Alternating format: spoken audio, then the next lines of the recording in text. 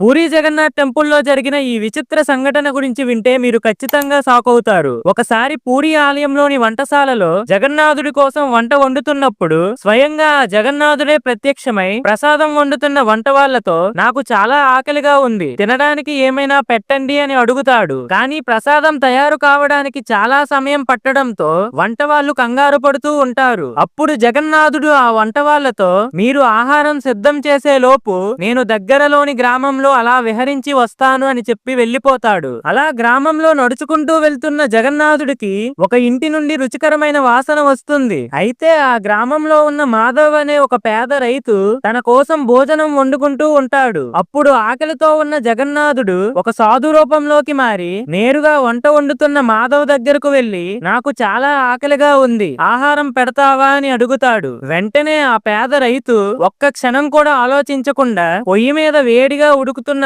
ఆహారాన్ని దించి సాధు రూపంలో ఉన్న జగన్నాథుడికి వడ్డిస్తాడు. జగన్నాథుడు మాధవ్ పెట్టిన ఆహారాన్ని ఎంతో ప్రేమతో తిని తిరిగి ఆలయానికి వెళ్లిపోతాడు. అయితే జగన్నాథుడి కోసం ఆహారాన్ని ఆలయానికి తీసుకువచ్చిన అర్చకులు స్వామివారి విగ్రహం పెదవులపై ఆహారం తిన్న మరకలు ఉండటం చూసి ఆశ్చర్యపోతారు. ఈ విధంగా నిజమైన ప్రేమతో ఆ భగవంతుడికి ఏది పెట్టినా స్వీకరిస్తాడు అని మాధవ్ నిరూపించాడు. ఫ్రెండ్స్, జై జగన్నాథ్ అని కామెంట్ చేయండి.